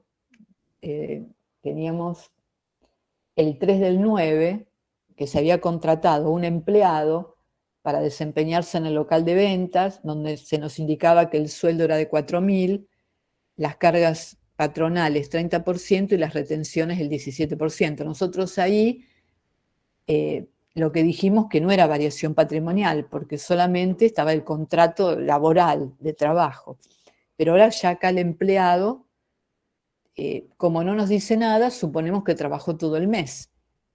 Entonces debemos liquidar el sueldo correspondiente al mes de septiembre, aunque no lo pague en septiembre, porque acá, a ver, el ejercicio no me dice que se paga el sueldo en septiembre, pero aplicando el criterio de lo devengado, debemos saber que al finalizar el mes, si tenemos empleados, la liquidación de sueldo se debe contabilizar al finalizar el mes. ¿Por qué? Porque debo reconocer los sueldos como gastos en el mes en que la persona trabajó. Entonces, a ver dónde está la solución de esto. En la página 145. Vamos primero al cálculo auxiliar para que se entienda. Ustedes ahí en el cálculo auxiliar que está el último cuadro de la página 145. Ustedes acá en la columna de la derecha tienen el sueldo bruto, que es 4.000 pesos. O sea, es el sueldo que le pertenece, que tiene derecho el empleado a cobrar por haber trabajado durante el mes. Pero se lo llama sueldo bruto. ¿Por qué? Porque a ese sueldo el empleador le debe descontar ciertos conceptos que surgen por ley. O sea que el empleador está obligado a retenerle al empleado porque una vez que le retiene debe hacer los depósitos a AFIP o al sindicato. Entonces, ustedes en el enunciado tenían que las retenciones que se le hacen al empleado son del 17% sobre el sueldo bruto de 4.000. Entonces, 4.000 se lo toma como sueldo bruto y a eso hay que descontarle las retenciones, o sea, el 17% sobre los 4.000, y eso arroja 680 pesos. A los 4.000 le resto los 680, o sea que el empleado debe cobrar 3.320, es el sueldo neto, el sueldo de bolsillo. Eli, O sea, los conceptos que se le tienen que restar siempre van a ser nombrados como aportes al trabajador o aportes. claro, personal. sí, aportes del empleado, aportes del Perfecto. trabajador, retenciones, son distintas denominaciones que se les da. Pero acá ustedes lo que tienen que entender es que el sueldo del empleado es 4.000. O sea que si pensamos en gasto de sueldo, es 4.000. Lo que pasa es que el empleador está obligado a pagar por cuenta del empleado ciertos conceptos a AFIP y a los sindicatos. Entonces, el sueldo para el empleador es 4.000, como gasto es 4.000. Lo que pasa es que al empleado le va a pagar 3.320 y a distintos organismos, a Seguridad Social, a la Obra Social, a la RT, al sindicato, 680 pesos.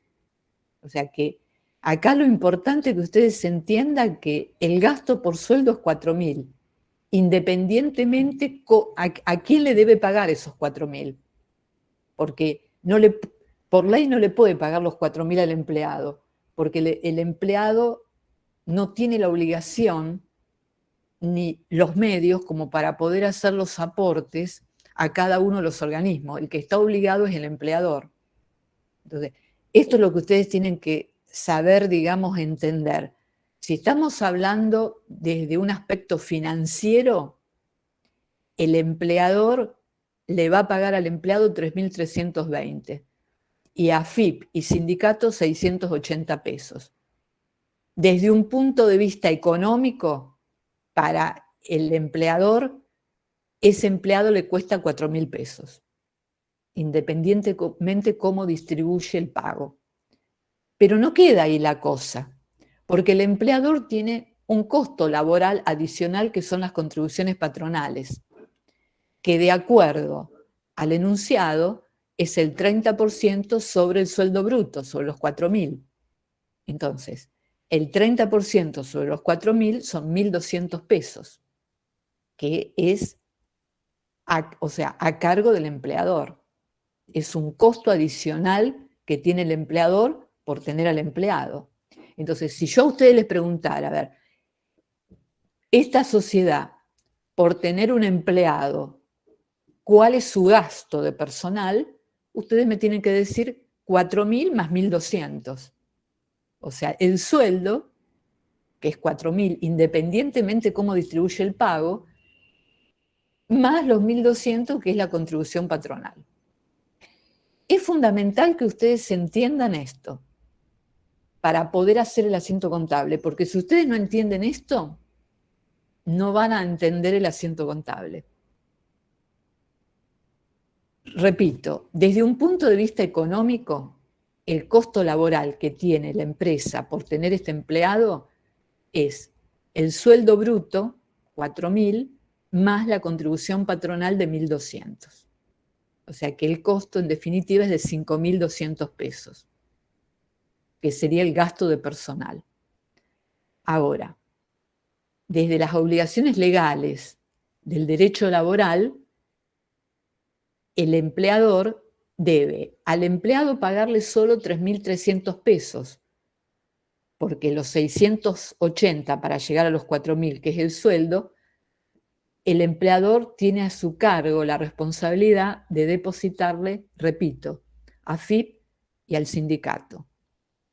Y a su vez, también está obligado a abonarle a AFIP al sindicato 1.200 pesos, que es un costo laboral que tiene el empleador, además del sueldo del empleado. Entonces, entendiéndose esto, al estar a fin de mes, hay que reconocer este gasto de personal, los 4.000 más los 1.200, aunque no los pague, porque por el derecho laboral, los sueldos, el empleador los debe pagar entre el día primero del mes siguiente al día 5. O sea, eso es desde el punto de vista laboral, la obligación de pago. O sea que en este caso, entre el 1 de octubre y el 5 de octubre, el empleador está obligado a pagar. Pero desde la contabilidad, está obligado a registrar el último día de septiembre el gasto de personal. Que el gasto de personal es de 5.200 pesos. O sea, el sueldo de vengado de septiembre, que es 4.000, independientemente que yo de esos 4.000 hay una partecita que se la tengo que pagar a AFIP y al sindicato como empleador, más las contribuciones patronales de vengadas, 1.200.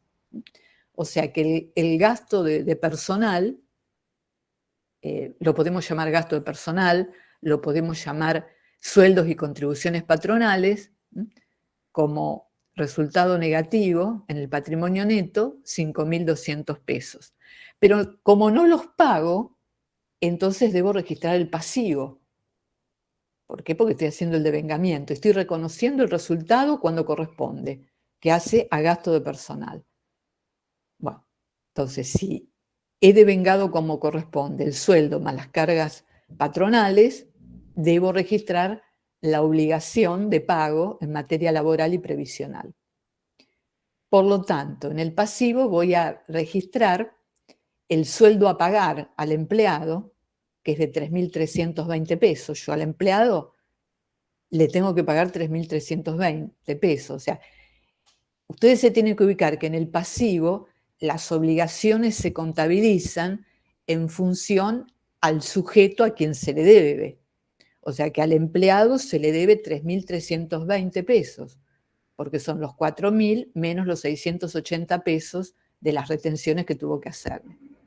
Y también debe reconocer como pasivo todo lo que hace a cargas sociales, propias y retenidas, que son 1.880 pesos. ¿Cómo están conformados?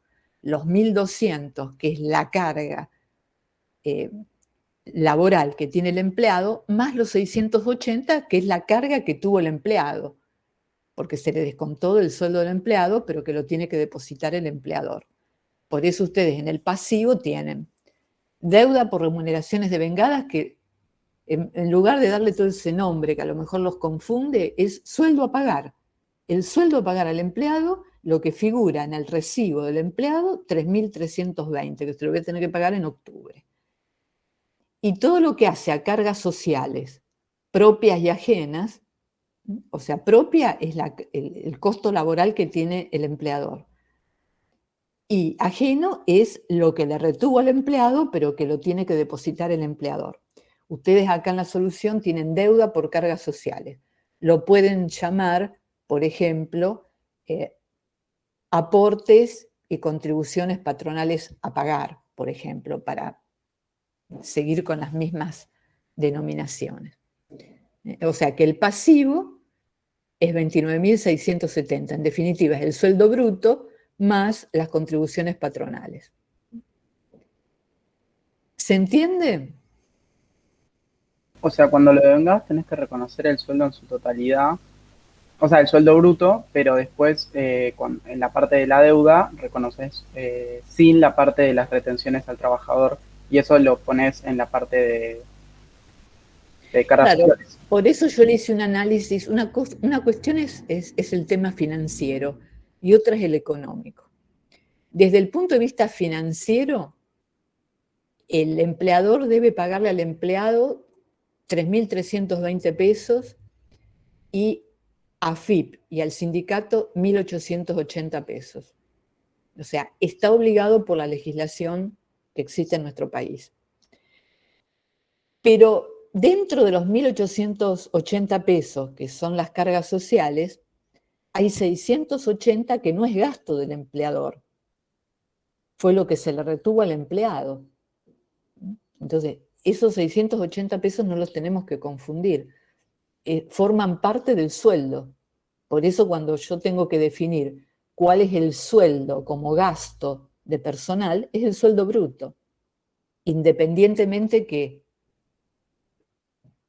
le pague una parte al empleado de ese sueldo y otra partecita se lo tenga que pagar al Estado o a los sindicatos. Y desde el punto de vista económico, si digo cuál es el gasto de personal, es el sueldo bruto más las contribuciones patronales, o sea, lo que está a cargo efectivamente como costo laboral del empleador, que son los 1.200 pesos. Por eso es muy importante, yo empecé al revés con los cuadros, entender el cálculo auxiliar, para poder después entender el tratamiento contable de sueldos.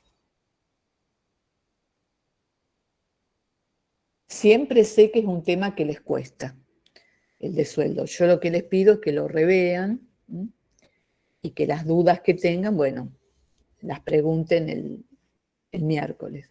O sea, la clave es que los gastos no tienen, es independiente al cómo se distribuye el pago, en cambio el pasivo se define en función de a quién se le va a pagar. Claro, el pasivo es la obligación de pagar. La obligación pero porque de en el pagar, momento de pagarle al empleado, vos le vas a pagar 3.320 y esa es la obligación que se va a disminuir, tipo la obligación que va a disminuir cuando se paga, ¿no? claro, yo como empleador tengo obligación de pagarle al empleado 3.320. Los 680 tengo la obligación de pagárselo a FIP y al sindicato, por distintos conceptos: cuota sindical, ART, seguridad social, obra social, seguro de vida. O sea, hay Vos una le podés pagar obligación. primero al empleado y después a la FIP y eso, ¿o no? Bueno, si vamos a las fechas de vencimiento, si estuviéramos en octubre, primero está la fecha de pago del sueldo al empleado, que va del 1 al 5, y tipo 10 de octubre, ahí corresponde el pago de todo, tanto de la retención como del costo laboral que tiene el empleador. Esto, o sea, es por normas legales, porque es mucho más práctico que el empleador haga un depósito a FIP y uno al sindicato por todos los empleados que tiene, y no que cada empleado tenga que estar haciendo el depósito a los distintos organismos, por una cuestión práctica. Práctica al momento de pagar y también práctica al momento de controlar. O sea, que esté centralizado el pago de todo aquello que es contribución y aportes. Si el empleado le dijese al empleador, yo quiero los 4.000, que yo me encargo de pagar los 680, el empleador no puede conceder esa petición, porque es obligación del empleador hacer el pago tanto de las retenciones que le hizo el empleado como lo que es contribución patronal. O sea, el empleador está obligado a pagarle al empleado el neto, no el sueldo bruto. Por ello, repito, lo que ustedes tienen que saber distinguir es cuáles son las obligaciones que tiene el empleador de pago. Eso es un enfoque financiero, porque lo que voy a registrar en el pasivo es obligación de pagar ¿a quién? Al empleado y a distintos organismos que acá en este ejemplo se centraliza en cargas sociales, o sea, en la práctica se tiene una cuenta por RT, una cuenta por seguro de vida, una cuenta por sindicato, otra cuenta por obra social, por seguridad social, que es la parte de jubilación. Pero desde el tratamiento contable, todas esas cuentas tienen el mismo tratamiento contable. Hay que registrar la obligación de pago, o sea, registrar el pasivo en el momento en que se devenga el sueldo. Y en el momento que devengo el sueldo, tengo que reconocer, o sea, como sueldo, cuál es el gasto de personal. Y el gasto de personal es el sueldo bruto más el costo laboral, que serían las contribuciones patronales. Por eso esto a veces lo lleva a confusión, porque el asiento contable tiene un enfoque económico, que es el reconocimiento del gasto de personal, y un enfoque financiero, cuál es el pasivo que debo pagar, que no significa que todo el pasivo a pagar sea gasto de personal, porque hay una parte, en este caso los 680 pesos, que eso no es gasto de personal, esa es la retención que se hizo el empleado. El que soportó ese costo fue el empleado a través de su sueldo. ¿Se entiende? Repito, esto traten de revisarlo, de estudiarlo para el miércoles, por si tienen dudas, porque el tema sueldo siempre trae dudas, pero empiecen a estudiar al revés. Comiencen con el cálculo auxiliar y entender cómo surgen los números. Y después van a la ecuación, al primer cuadro. Aquí la variación patrimonial es modificativa, porque al registrar el gasto de personal, de sueldos y cargas sociales de 5.200, estoy modificando el patrimonio neto en menos. Es una variación patrimonial modificativa. Y el comprobante de respaldo acá es la planilla de liquidación de sueldo. No es el recibo de sueldo. El recibo de sueldo va a ser el comprobante de respaldo el día que le pague el sueldo al empleado. En esta instancia es el formulario, el listado de liquidación de sueldos. ¿Estamos de acuerdo? Sí. Bueno, yo les pediría que revisen todo esto para el miércoles porque les van a surgir dudas. Bueno, y lo que nos quedaría sería el devengamiento de los intereses que nos financió el proveedor por los lavarropas. A ver, ¿dónde?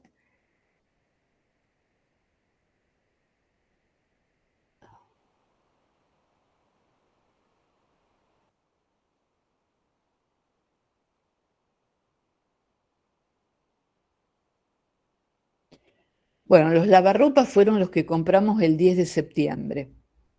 Entonces, acá lo bueno es que ustedes vayan a la solución que le dimos el 10 de septiembre. O sea, el 10 de septiembre contabilizamos el ingreso de los 20 lavarropas al activo por 4.320. Como no se pagaron al contado, registramos la deuda en cuenta corriente, pero esa deuda contiene intereses. Entonces tenemos que devengar los intereses. O sea, recuerden que habíamos utilizado la cuenta regularizadora de pasivo de intereses no devengados por 480 pesos. Bueno, entonces, acá lo que, no, o sea, porque ustedes se tienen que ubicar, se hacen un eje de tiempo, que la operación de compra fue el 10 de septiembre. Ahora estamos plantados al 30 de septiembre. Por lo tanto, han transcurrido una cantidad de días donde ya el interés se devengó. O sea, los 480 pesos son los intereses de 30 días. Pero al momento de corte contable, 30 de septiembre, ya se vengaron parte de los intereses que van entre el 10 de septiembre y el 30 de septiembre, o sea que los tenemos que devengar. Esto tiene que quedarles bien en claro. Entonces,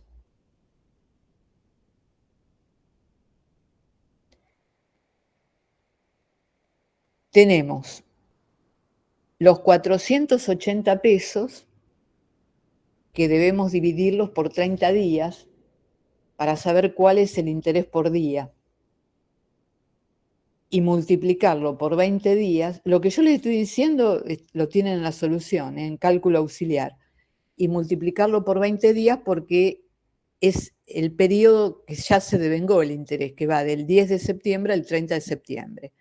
O sea que el interés devengado es de 320 pesos. Repito, el 10 de septiembre, cuando se compraron los lavarropas, se registró la deuda con el proveedor y esa deuda contiene los intereses de la operación de financiación, que en ese momento no estaban devengados los intereses. Ahora que estamos al 30 de septiembre, ya al transcurrir el tiempo se devengaron intereses por 20 días. Entonces, para saber cuánto es el interés devengado, debo hacer una cuenta que es saber cuánto es el interés por día. Por ello, divido los 480 pesos de interés de la financiación del de los lavarropas, divido 30 días por 20 días devengado. Y tenemos 320 pesos. En la solución, además, está el tema de los intereses de la camioneta. Vamos a ver primero los del lavarropa, para que no haya confusión. Entonces, si digo que se devengaron 20 días de intereses por la compra financiada de lavarropas, ya voy a tener que disminuir de la regularizadora de pasivo 320 pesos. ¿Por qué? Porque ya no son 480 de vengar, sino que son 480 menos 320. O sea que el saldo que me queda en la regularizadora van a ser 160 pesos, que son los que se van a devengar en octubre. O sea que ustedes lo que tienen que contabilizar son los intereses devengados. Por lo tanto, como, digamos, cuenta de resultado negativo en el patrimonio neto, tendrían intereses negativos devengados por 320 pesos y en el pasivo tienen que disminuir a la regularizadora en 320 pesos. Entonces, al contabilizar los intereses devengados, ustedes han afectado el patrimonio neto en 320 pesos de menos. Por lo tanto, es una variación patrimonial modificativa y el comprobante de respaldo es la minuta contable, que sería el cálculo auxiliar que ustedes tienen en el ejercicio, firmado por el responsable de contabilidad.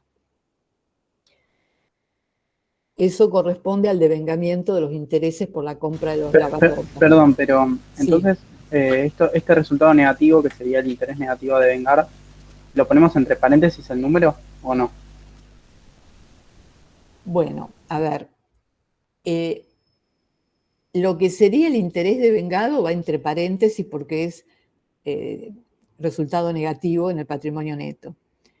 Ahora, ustedes, cuando originan la regularizadora y contabilizaron los 480 pesos, como es regularizadora, o sea, está justamente regularizando a la cuenta principal, que era la deuda con el proveedor. Entonces, al ser regularizadora de pasivo, los 480 pesos lo registraron como número negativo para poder regularizar a la cuenta principal del pasivo, a la deuda con el proveedor. Entonces, si yo ahora quiero disminuir ese interés a devengar, voy a tener que sumarle los 320. Y el neto que me queda en la regularizadora serían 160 pesos a devengar en octubre.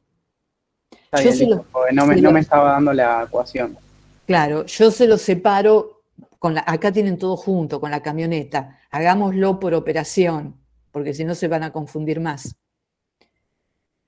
O sea, ustedes lo que tienen que pensar es lo siguiente: toda cuenta de pasivo, si ustedes estuvieran registrando en el mayor, con la T, toda cuenta de pasivo se origina en el haber. Y esto responde a la ecuación. Ahora, si yo tengo que trabajar con una regularizadora de pasivo, que la regularizadora de pasivo me va a perfeccionar el saldo de la cuenta principal del pasivo, se va a originar con un débito. O sea, la regularizadora de pasivo se originó con un débito de 480. Entonces, esos 480 los debo disminuir. ¿Cómo los disminuyo? Acreditando 320, para que me quede como interés a devengar 160. ¿Se entiende? Sé que cuesta esto. Perdone, cuando disminuye la regularizadora del pasivo, como en este caso, si estuviéramos en libro diario, ¿se registra en el debe o en el haber? En el haber, si es una disminución. Si es una disminución, va a ser en el haber. Bien.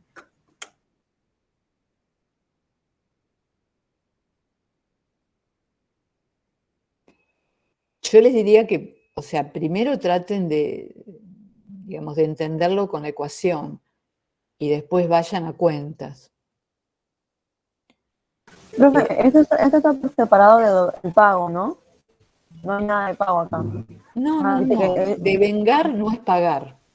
Claro, claro. Digo, el pago siguen debiendo. El pago va a ser en... No te entiendo porque nos superponemos. Disculpe, ¿Qué me decías? No te escuché al final. Que no estamos, tipo, siguen debiendo camioneta y el otro. A ver, yo de la camioneta no hablé porque no los quiero confundir. Okay. Los intereses de la camioneta es el mismo razonamiento que los intereses del lavarropa. Acá está todo junto, o sea, no tiene sentido de verlo todo junto si no entienden por operación. Yo, dado la hora que es, dejo que ustedes analicen lo de la camioneta, que es lo mismo que hicimos para el lavarropa, porque los intereses de la camioneta eran en la regularizadora 3.600, pero los 3.600 eran de 60 días, no de 30. Entonces, ¿cuál es el interés que corresponde por cada día? Son 3.600 dividido 60. Y después se multiplica por 18 días, que va desde la fecha de la compra de la camioneta hasta el 30 de septiembre. Entonces, el interés devengado por la camioneta es 1.080. El tratamiento contable es el mismo para los intereses de los lavarropas que para los intereses devengados de la camioneta. Yo les sugiero verlo por cada operación de financiamiento. No todo así en conjunto, porque el razonamiento es el mismo. El del interés devengado de la compra de lavarropas al interés devengado de la compra de camioneta. Entonces, entiendan bien el de lavarropas y entendiendo bien ese van a entender bien el de la camioneta. La única diferencia es que en el interés de la camioneta es que los 3.600 eran intereses por 60 días, no por 30. Por eso los 3.600 se dividen por 60 días, que era el tiempo de financiación. Pero después lo tienen que multiplicar por los días devengados, que va desde la fecha de compra de la camioneta al 30 de septiembre, que ahí tenemos 18 días. Eli, cuando disminuye la regularizadora de pasivo, es como si disminuye, está aumentando el pasivo en realidad. Exactamente, tal Entonces, cual. sigue dentro del libro diario, se anota donde se anotaría un aumento del pasivo. Automáticamente se aumenta el pasivo al disminuirse la regularizadora. Eso es lo que ustedes tienen que entender. Muy bien, Paula. Eso es lo que ustedes tienen que entender. O sea, al estar disminuyendo a la regularizadora, ¿qué efecto tiene el saldo de la cuenta principal? Va a ser mayor, porque ya contiene intereses devengados. La obligación al 30 de septiembre de los intereses que se devengaron, que les tengo que pagar al vencimiento al proveedor. Entonces esto se escribe en el haber, una disminución en la regularizadora de pasivo. Exactamente, se registra en el haber de la regularizadora, pero tiene efecto en la cuenta principal, porque la regularizadora va a restar en menos a la cuenta principal, entonces la cuenta principal va a tener mayor saldo.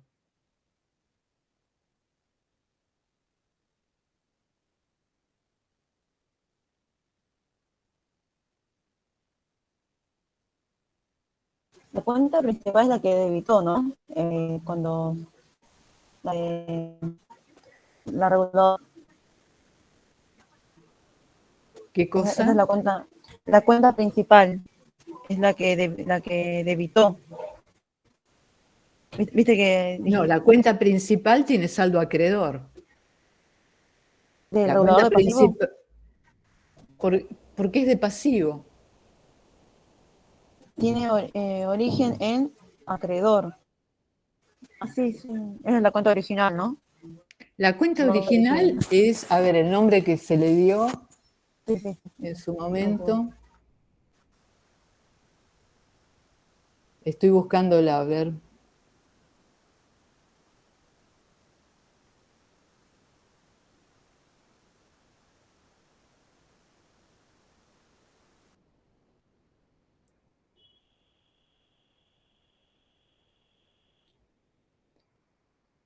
Se me fue, a ver, ya les digo.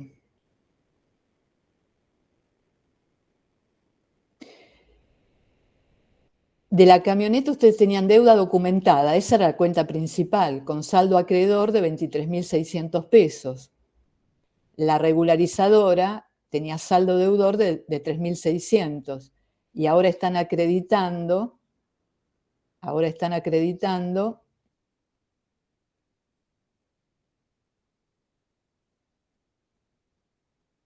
1.080 pesos. Piensen que la regularizadora juega con la cuenta principal. No es que sea independiente, por algo se llama regularizadora. Bueno, yo lo que les pido es que vean todo esto para el miércoles, así cerramos el tema, porque yo sé que esto no lo van a entender en directo en la clase, sino que yo explicarles, ustedes verlo, estudiarlo y lo repasamos el miércoles. ¿Estamos? Dale, gracias.